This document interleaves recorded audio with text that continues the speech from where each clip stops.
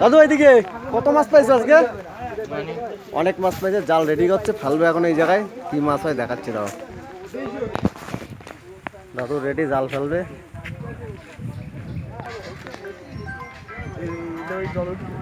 Hello, হয়ে গেছে? চলে যাবো তো।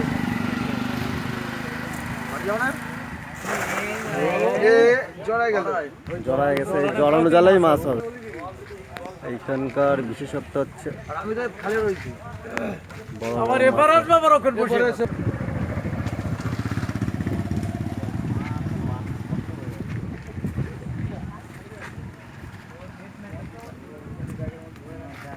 এইখান থেকে বেরিয়ে গিয়ে তো ওখানে ওঠে।